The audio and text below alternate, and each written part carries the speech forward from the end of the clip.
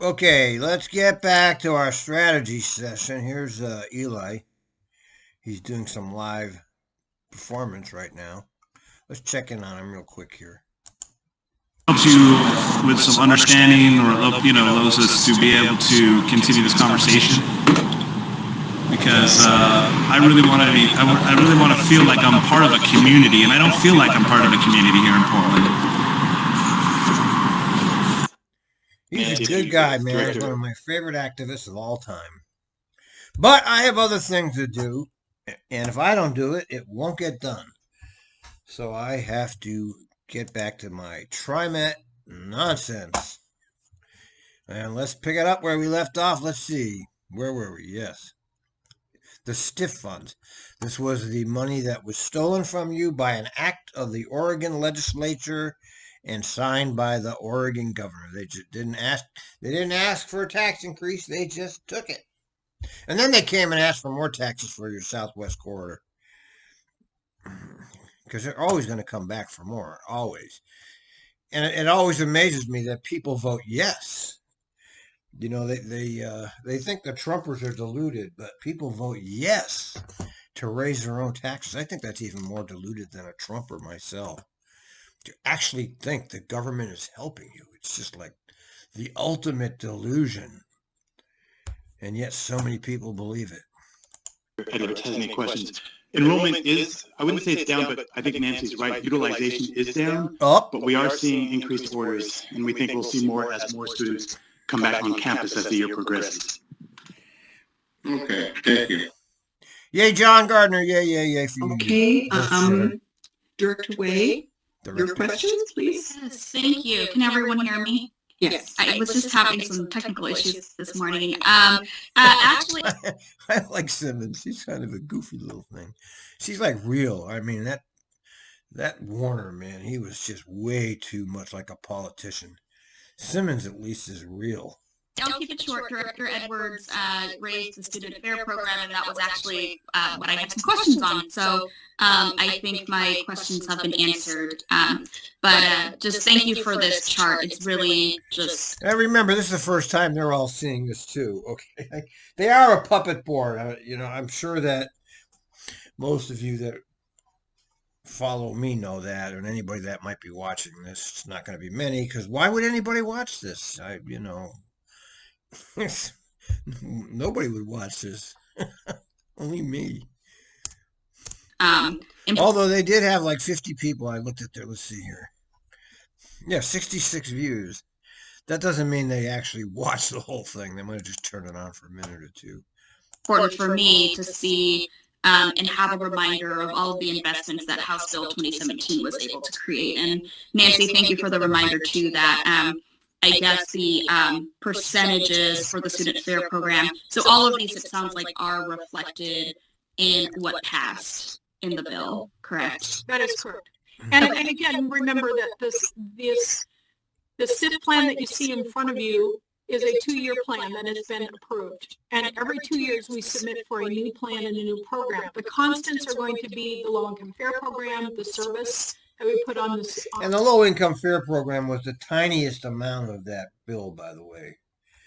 It was just, they threw that in to make it sound like they were actually interested about people.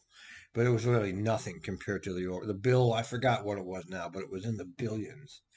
And the low-income fair was like 150 million or something. It wasn't much.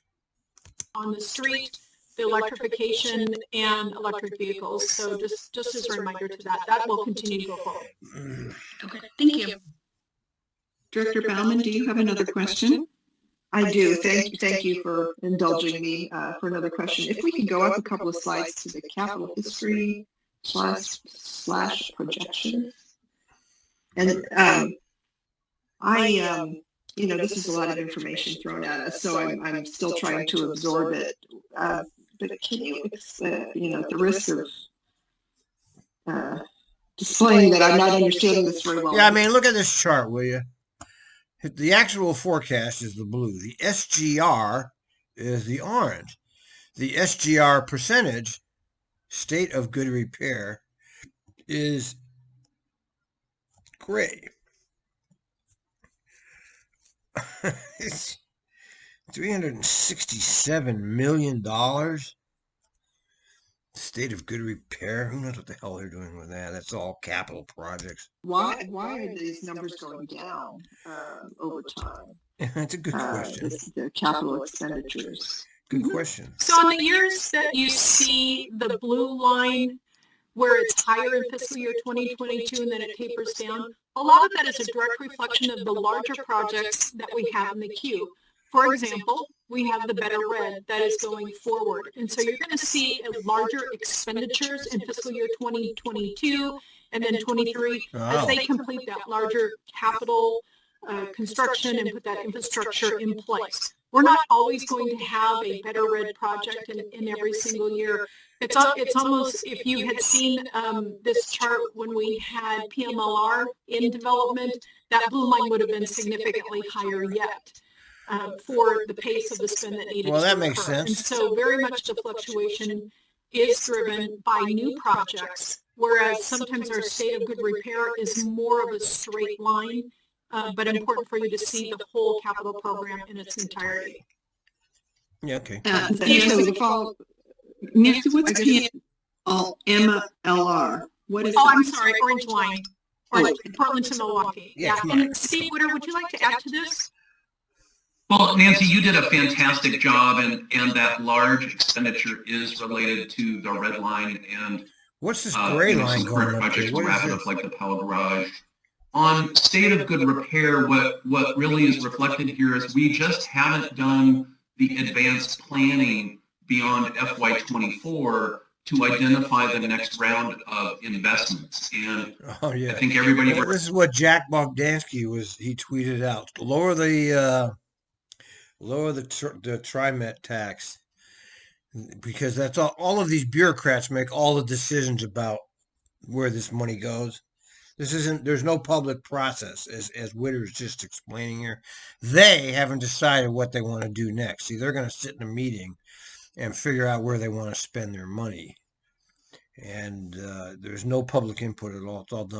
It's all internal to the TRIMET executive class. Remembers the Steel Bridge last year. That's actually a part of a whole big campaign that we're starting to wrap up, and we'll see another one of those projects in October. So Director Bauman, it's not that we will stop doing projects. We just need to go through another cycle of project development. See, and we were on pause given the pandemic. See, yeah, okay. Yeah, they haven't figured out what money to spend. You know, they haven't done this internally. There's no, as I just said, there's no public input on this. And this is the problem with TRIMET. It's always been the problem with TRIMET. They're completely self-contained unit. and our request from all of us to sort of rein in the spending in the short term. So thank you. So I have a follow-up. So you have not factored in, for example, resuming the Southwest Corridor project, I gather from this. Oh. That's yep. And does this also show that the electrification, all the capital improvements around electrification of the bus fleet, those are all included in the projections? I would say not quite yet. And Nancy, please correct me if I'm wrong. But Director Bauman, that sort of falls into our project development bucket, where we are wrapping up a couple of our demonstration projects with the low-no grant program, and we're looking at our fleet management plan to decide when our next group of orders goes relative to how many miles we're putting on buses and that schedule. So electrification is one of those things that we're going to see bring those blue bars up a little bit. I can also add, Director Bauman, those future years still need development for our Type 2 and 3 light rail vehicles. As Steve mentioned, the electric bus infrastructure, and then we have some major facility upgrades out of Center and Merlot that as we get into the latter years, you're going to see the forecast change on those. I think a good projection to look at, if you look at the 3 years of actual, that really gives you an idea of what the normal pace is for the capital program. when we start a program out, and Steve, correct me if I'm wrong, but there's always, there are best laid plans with how we would like to go forward. And then there's always challenges along the way, whether it's permits or, partners that we need to have at the table that can cause some things to be pushed out or sped up. But I think that those 3 years of actual give you a better idea of what the real pace is with the capital program. Nancy, if I could add just one other thing, Director Baumann, President Simmons, members of the board, if we had been successful with the transit and transportation funding measure, this would have been a curve that was heading north, for a significant amount of time. So a bus. Yeah, they would have been rolling in fucking pork barrel if the voters had voted yes on that. And luckily, the voters didn't put that group. I mean, TRIMET, they wrote the ballot measure, putting the tax burden on business.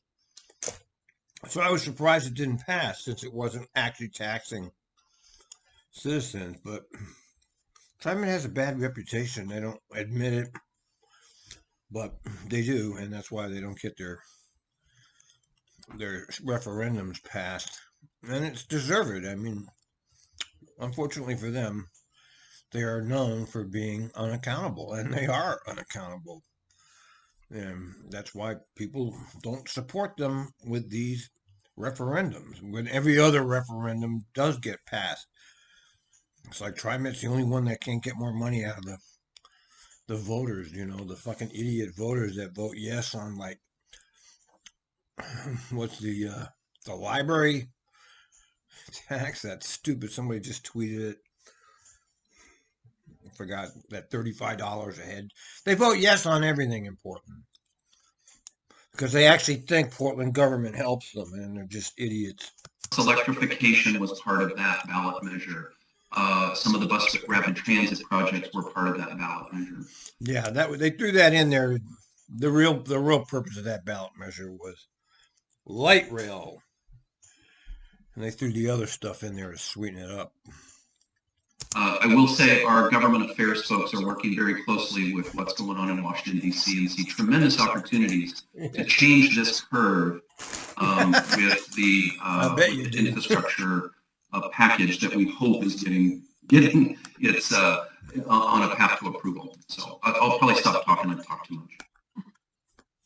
Nancy, I have a question that has to do with how this information, based on this forecast, rolls up into the fund balance sheet that shows.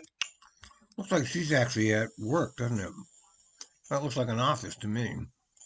Shows a lack of resources in some of the out years. Now, I realize that many of our capital projects are partially funded by by federal funds and other things. And so I didn't know to what extent the capital history data is embedded in the fund balance discussion. Great, great question, Director Simmons. Can we move forward to the advance? Right here. Thank you very much. So when you look at our fund balance projections, that shortfall definitely is a reflection of the available general fund dollars that we would have available to spend on a capital project. So when we have, funding coming in the door, and each year when we're going through the financial forecast and the budget development, there are always, some level of general fund dollars that is dedicated to capital projects. But as you've said, we tend to do projects where we receive a lot of federal funding. We work with our partners in the region for their contributions to bring these projects to completion. It's not just a general fund hit and impact to us, but you are right. If we have a shortfall, then one of the things that we will have to consider is what changes do we need to make between our regular operating compared to how much we're going to dedicate to capital. And generally, we dedicate about $30 million in general fund dollars specifically to stated good repair projects, and that is, in addition to that, we have the bus replacements, which is also a state of good repair initiative. And so as we set the budget each year, that consideration is made. So the full board, many of you are new and are unaware of this. There is a state of good repair report that had to be filed with the Federal Transit Administration, indicating the areas that we had to address in order to maintain safety and state of good repair. So it's a requirement by the Federal Transit Administration, and it's a really good read. If you're interested, I'm sure staff can provide that to you. Nancy, one last question I have, and it goes back to a statement you made in an earlier slide that indicated that your projections for FY23 were based on a 10-cent fare increase. So what I'm asking you now is that same assumption built into your fund balance sheet? I don't understand why they're so focused on the fares when they're only 6% of the TRIMET budget and only 17% of the actual operating costs. But yet they talk about this as it's some kind of a major thing, and it's not. Your last one. Yes, it is. Okay. So I know I indicated ahead of time that we would not be talking about a fare increase, but I think it's important to know that these kinds of forecasts assume a fare increase of 10 cents in FY23. And we're not going to debate that right now, but obviously it doesn't even look at the top line. I mean, the fares are not even generating $200,000 before the pandemic. I thought the fares were like 200 million. They're not. They're 100 million. There's like nothing there. The forecast would look very different if it wasn't there. So hold that in your thoughts. And sorry, if I could just make one more comment too on that last slide that shows the financial forecast. You know, when it comes to the capital in those latter years where we're showing a deficit, TRIMET would defer projects as the finances dictate. So just, that would be one of the areas that we would have to pull back on. Slower rollout of restoration of, they're failing right now. TRIMET is failing in its mission. Its mission is to provide transit, not to provide a bunch of capital projects. And right now they're failing along with all the other ones to provide their essential service. And they're getting away with it for some reason because there's no accountability here to actually do the right thing.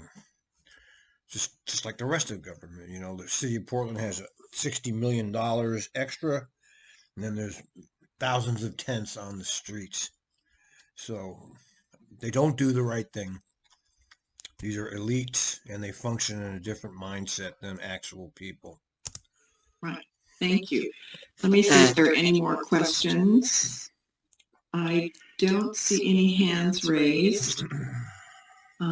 So thank you, everyone, and thanks to Dee and Nancy for that presentation.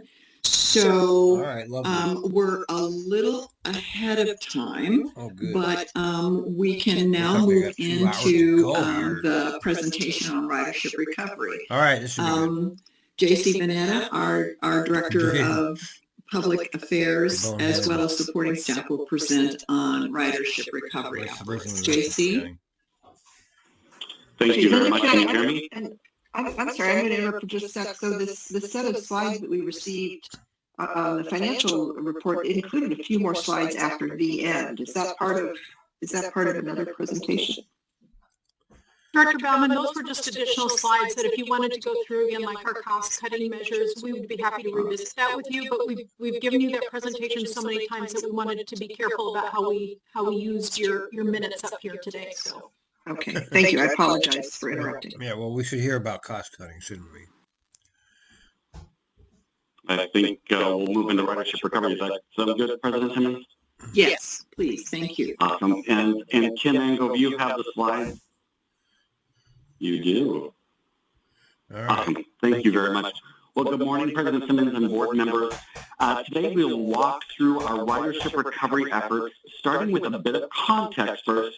And then well, let me stop the presentation right there. To recover your ridership, you have to actually have adequate service. You don't have it. You don't have enough drivers. You're not providing a service that's reliable. So let's see if you even talked about it. we're going to hear from a talented panel of experts from many divisions across this agency. We're all working together towards our ridership recovery efforts. This should be good. This should be good. Oh boy.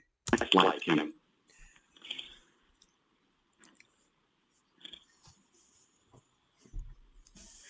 There we go. So we have built a ridership recovery team across this agency. We have a number of people that have been contributing on an ongoing basis from multiple divisions and departments. As you can see, this is a team effort. Okay, so they're doing the same thing with this as they doing with the reimagining their safety and security. They've turned it into a bureaucratic nightmare. Look at this.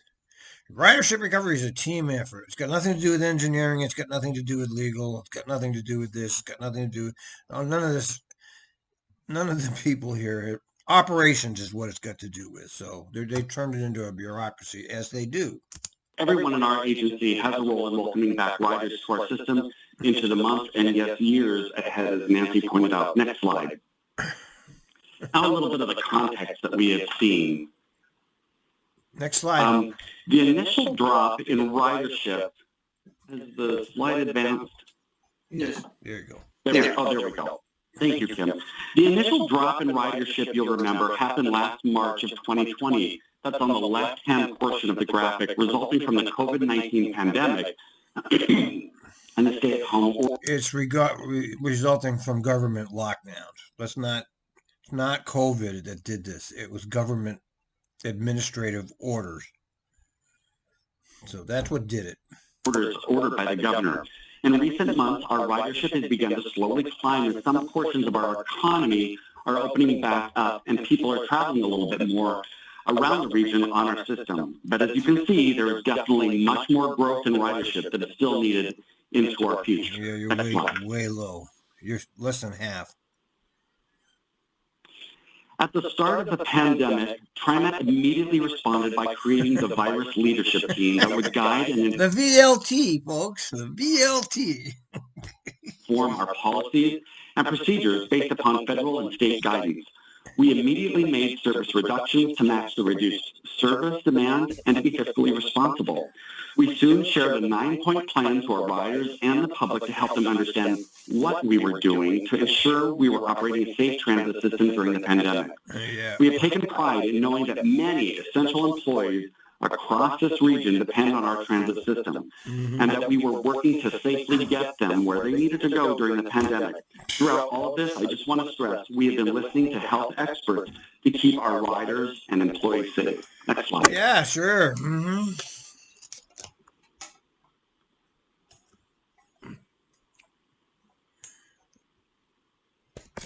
In the beginning months of the pandemic, we created 3 potential scenarios of how we estimated Oh my God, look at this. Look at this. Oh my God. You gotta love the bureaucracy, don't you? Ridership could return to the system over time. One pessimistic, one optimistic, and one right in the middle, in between those two. We brainstormed together as a team and listed key inputs that we thought would guide the regional economic recovery, as well as the inputs that would inform potential transit riders to return to the transit system. This chart is just a snapshot of some of the inputs that we considered.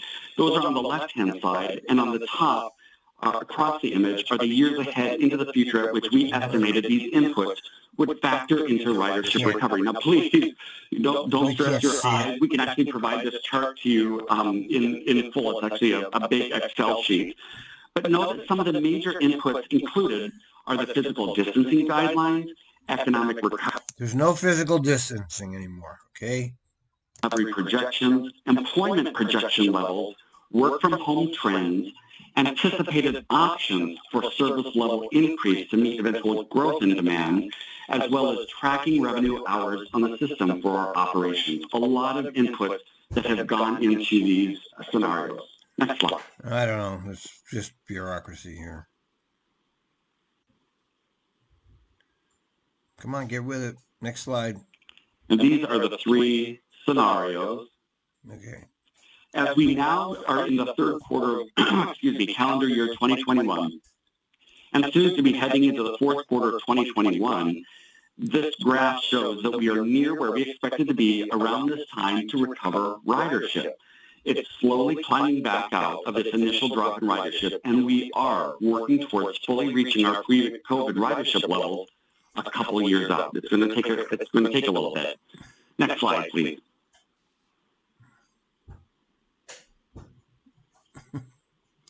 Boy, there's a leader in technology, boy. Get on the game here, man. One of the major inputs we are using for our thinking are the quarterly economic recovery updates and projections from the State of Oregon Office of Economic Analysis.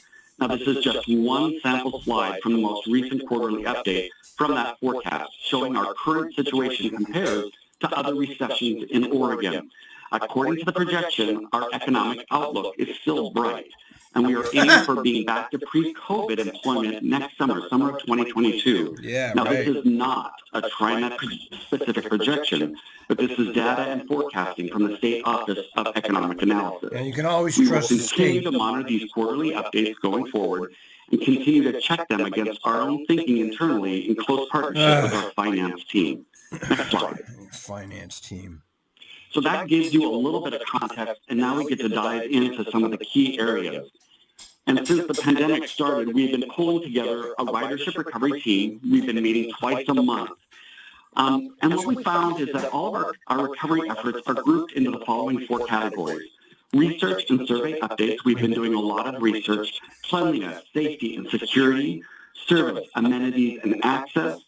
And marketing, communications, and customer experience. And I'll break in here to tell you again, I'm going to keep saying it over and over and over, they don't have the operators. Okay, all of this means nothing when you don't have the employees to actually operate your transit. This means nothing. This is smoke and mirrors, and it means nothing. You don't have the people to run the system, none of this matters. With that, I'd like to share the stage with a wonderful panel of experts here to share some highlights of some of the work that they've been doing in these four categories. You're wonderful. Next slide. The first up, we have Madeline Steele. She is our Senior Analyst of Electronic Survey Development to cover the first category of research survey updates. You're taking surveys. Thank you, JC, and good morning, Board of Directors. Next slide, please. God, Jesus. Move it along. Who the hell's doing this fucking slide thing? Thank you. So I'll be sharing some survey research that is informing our ridership recovery efforts here at TRIMET.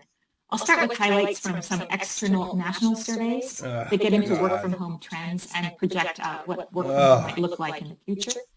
Then I'll discuss some key findings from TRIMET surveys, one from May of 2020 and one from May of 2021. Advance, please.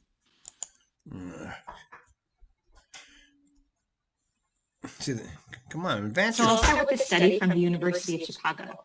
This was a representative survey. See how they bureaucratize this? Just get your goddamn service back. Get your pre-COVID service back and work from there. Okay, they're going backwards here. They made the cuts. They just cut. Nothing got cut at TRIMET except for service. Remember this. That was the only thing that got cut. Okay, none of this matters. Just get your service back to where it was. 22,500 Americans from May to November of 2020. They found that about 2 in 3 workers will want to work from home 2 or more days per week post-pandemic. Hell yeah. And they estimated that pre-pandemic, about 5% of paid work was done from home. At the height of the pandemic, 50% of See, this is the Great Reset. This was the intention of the Great Reset. People think that all of this COVID is real and shit, but unfortunately, they let that shit out on purpose so that they could Great Reset us into a new world order. And nobody's picking up on that. Everybody believes in nonsense, you know. It's so sad to watch. The disconnected majority just has no clue about what's actually happening around them. Paid work was done from home. And they think that moving forward, about 20% of paid work will be done from home post-pandemic. Next slide, please. And the people that were riding those buses, well, there was the commute hours to downtown. That's true.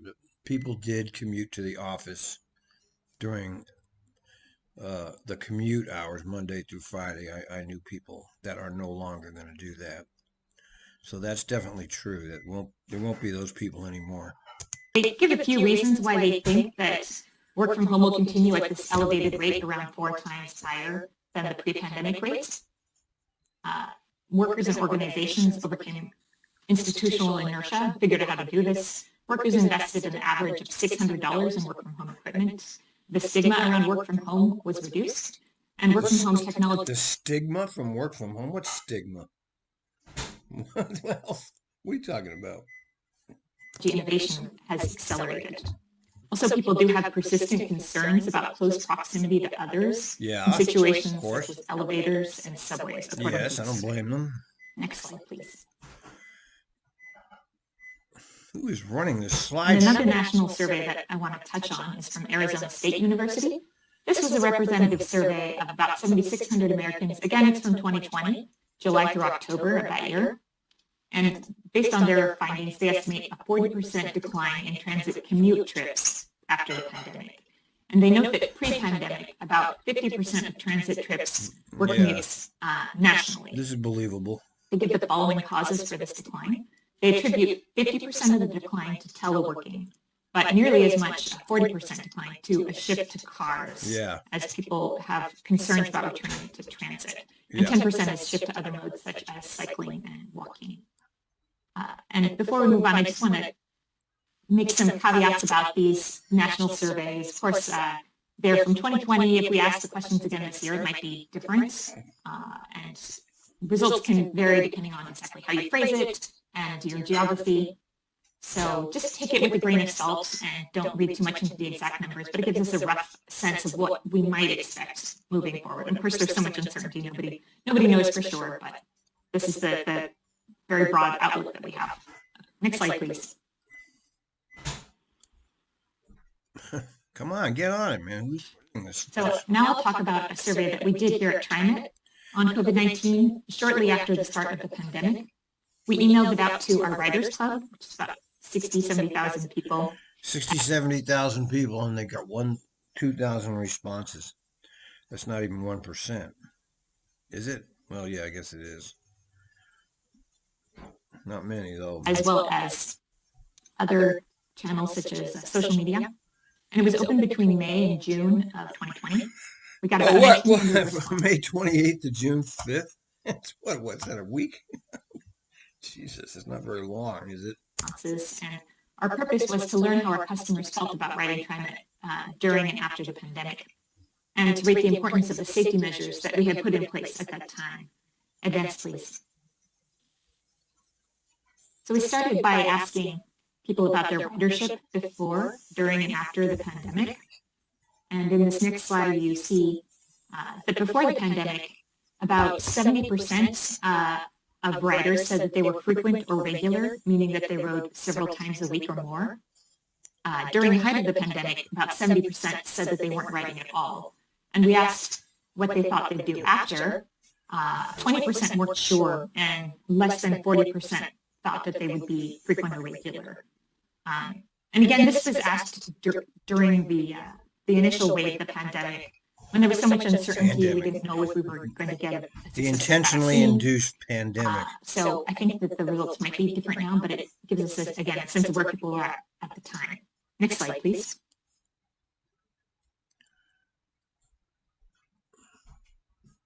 I don't know who the hell's running their fucking projector, but they need somebody new. So we also asked, TRIMET is currently implementing the following precautions to prevent the spread of COVID-19. Which of these? This is wrong. They are not doing this part number 2 here. That's over. They stopped it. Now, why is that still on there? Make you feel safer. Check all that apply. Oh, these so we had a menu of this is the survey. Okay. Precautions we were taking at the time, and the most important one, according to our writers, was requiring all passengers and drivers to wear face coverings. 90% of our respondents selected this. This was followed by 82% of people saying that disinfecting buses and trains about every 4 hours was most important. So Again, this might be a little different this year, given our new understanding of how the virus spreads. Next slide, please. I don't understand how they... Hurry up. So now I'm going to talk about a survey from DHM Research that was done in May. Another DHM contract. How many contracts I do with DHM? Oh, wait, I can look that up because I have the TRIMET checkbook. Just this year. This was a representative survey of 328 Tri-County residents, both writers and non-writers. And it assessed the values and beliefs about a variety of issues, including housing, infrastructure, and working from home. And we also included some questions that we commissioned about transit ridership after COVID-19 in this survey.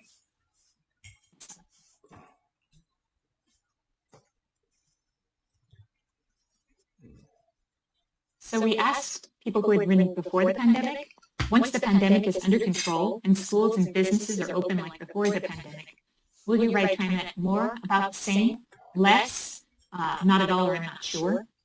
About 71% said more or about the same, and 26%, that's a quarter, said less or not at all. So the gain of 12% is more than canceled out by the loss of less than or not at all.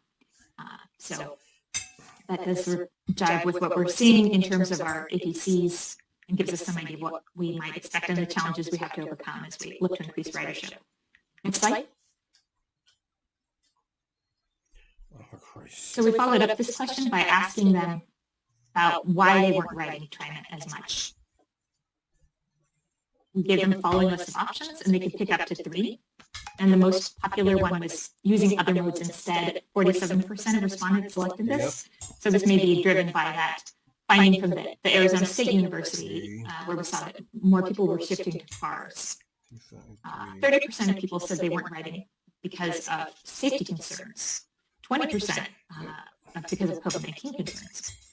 And 19% cleanliness, and 19% said because they were working from home. Next slide, please. And this is the last slide that I'll share with you. I think it's probably the most important one as well. We asked, what could TriMet do to get you to ride TriMet or ride more often? Pick up to 3. And the most popular responses were improved security at 28%, service to more areas at 26%, improved cleanliness at 21%. So in the rest of this presentation, my colleagues are going to talk about the specific measures that we're taking at TriMet to improve security, service, and cleanliness for our riders to help attract them back. And with that, I'll hand it back to JC. Thank you. Thank you, Madeline. I really appreciate that. And I can't stress to the board enough how important our research has been and all of the good information that Madeline has been gleaning, and Ginger also on staff. And just so those top 3 are really pieces that we have started to tackle over the past course, over the past year, 18 months or whatever, we really have. You can go to the next slide, please, Kim. Our next presenters are Karen Powell, our Director of Facilities Management, and Pat Williams, Director of Security and Emergency Management, both of them really honing in on our cleanliness, safety, and security efforts. And with that, Karen, I'll let you take it from here. Thank you, JC. Good morning, President Simmons and members of the board. Thank you for taking time with us this morning. Kim, if we could advance to the next slide, please. And thank you, Madeline, for all of that clear explanation of some complicated research. I hope the board will recall that the last slide that we were looking at depicted cleanliness as in the top 3 of issues that are concerning to our riders. And when you see, just a couple of photographs that our assistant managers provided for the presentation, it looks extreme, but I'm afraid that this is very close to everyday experience at many of our locations on TriMet. Next slide, please. Look at that. What Madeline's research that she has shared with us showed, as you'll recall, was that cleanliness is very important to our riders, and that cleanliness and COVID concerns were very closely tied together. And you saw on one of her early slides that disinfecting of touch points is very critical at that moment that the survey was implemented to our riders' sense of safety and management of COVID. Back in May of this calendar year, the guidance changed, no longer requiring us to disinfect those touch points every 4 hours. Now, here we are in September, and we are still disinfecting touch points. And that is because this interdisciplinary work group that is presenting to you today focused on these issues with a keen awareness of the importance to our riders and of the potential challenge with messaging to our riders as well as to our internal staff, a shift away from disinfecting touch points, which the science no longer supports and the guidance no longer requires, towards a more... Well, the science has changed, huh? Well, how about that, folks? What are you talking about? The science has changed. Science is supposed to be, this is the science and it's the way it goes forever. Apparently, the science changes when they want it to. Comprehensive cleanliness program. Again, the data shows us that cleanliness is very important, but managing this transition, we recognized as a group was particularly challenging and important to get right. So we moved somewhat slowly in the eyes of many. However, I'm very happy to report that, supported by very well crafted press releases and internal employee communications from our public information officer and our employee communications teams, has helped to pave the pathway so that today, literally as we speak, our limited term cleaners that have been assigned to disinfecting touch points with the goal of every 4 hours are signing up right now today to shift into new roles. And they will deploy into their new roles this coming Sunday. What are the new roles? So Saturday the 3rd, or the 2nd, excuse me, of this month, will be the last day that we'll be disinfecting touch points in the field on our vehicles. Effective Sunday, all of our current limited term cleaners, which is just over 100 in head count, will be redeployed into more general cleaning roles. And those roles will include augmenting on the bus and rail equipment maintenance sides our crews that do our interior deep cleaning of the vehicles. Our current goal to perform the interior deep clean... Well, according to her, they're not fired. You know, we're under the impression they fired them, but she's saying they didn't. They've been redeployed. So there were 100, and now there's 85 will be redeployed. Okay. Looks like they're going to...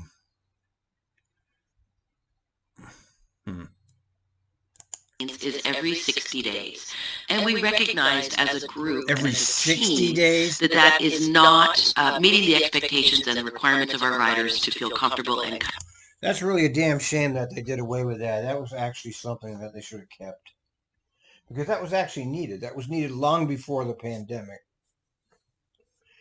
It's an amenity that they should have kept. But once again, we have these neoliberal executives that don't really connect with actual people running your transit system. You know, they got rid of something that was actually helpful to the drivers and the riders. They got rid of it. And they moved them into some other thing here, which nobody will ever see, really. I mean, I don't know. They're going to clean Gateway and Interstate. I don't know. Come back. So our goal is, with this influx of additional staff in the form of our limited term cleaners, to reduce that goal from every 60 days to every 30 days. And we feel quite confident that in meeting that goal, we will make a very meaningful and impactful... Every 30 days, they're going to clean. It's just not acceptable, man. That's just not acceptable. I'm sorry. They're back to giving you the minimum amount of service they can get away with. Very meaningful message to our customers and riders that will impact our ridership. Similarly, most folks don't know that we have never been staffed to provide cleaning of rail platforms and transit centers. Did you hear that? They've never been staffed to clean platforms and how's that? They've never been staffed to do that. That's your transit executives. They don't consider essential cleaning as part of their program. This is how much of a failure they really are. 7 days a week on 2 shifts. The platform cleaning program has been designed around conventional commute patterns, Monday to Friday. I'm so sorry.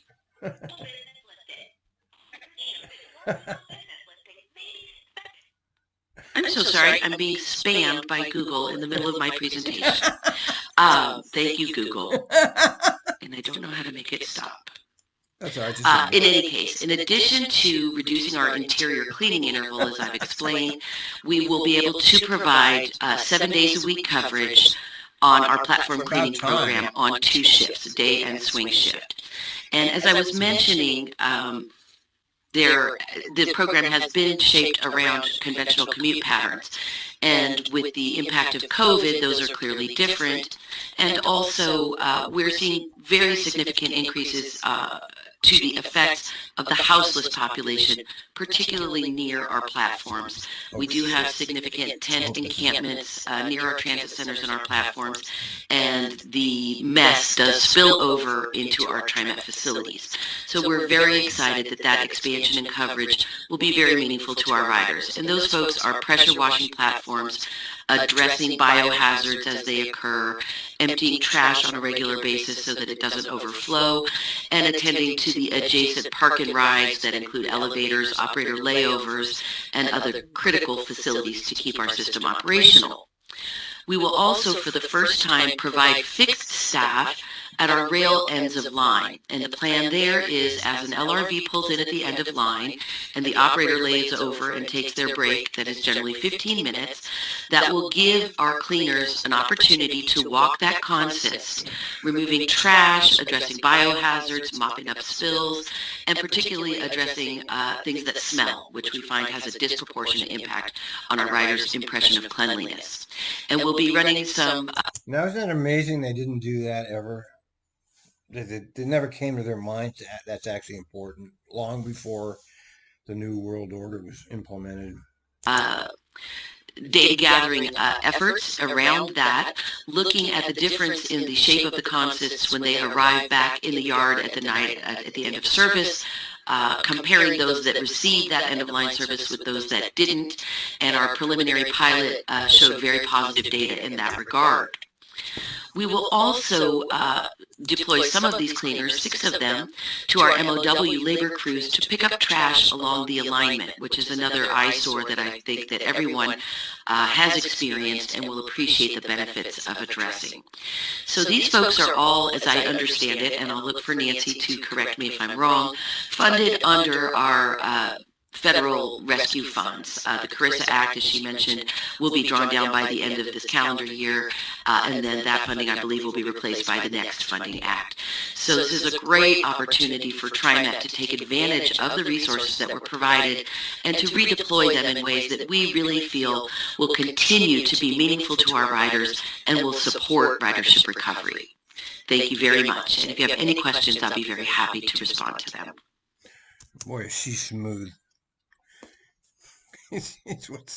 I don't trust people that are that smooth, you know. I just don't. Okay, I'm going to we hold questions, but so stay connected, Karen. Thank you. Awesome. Pat, you're up next. Can you advance the slide, Kim? Thank you. Wait. Can you hear me okay? Are there any questions? We can.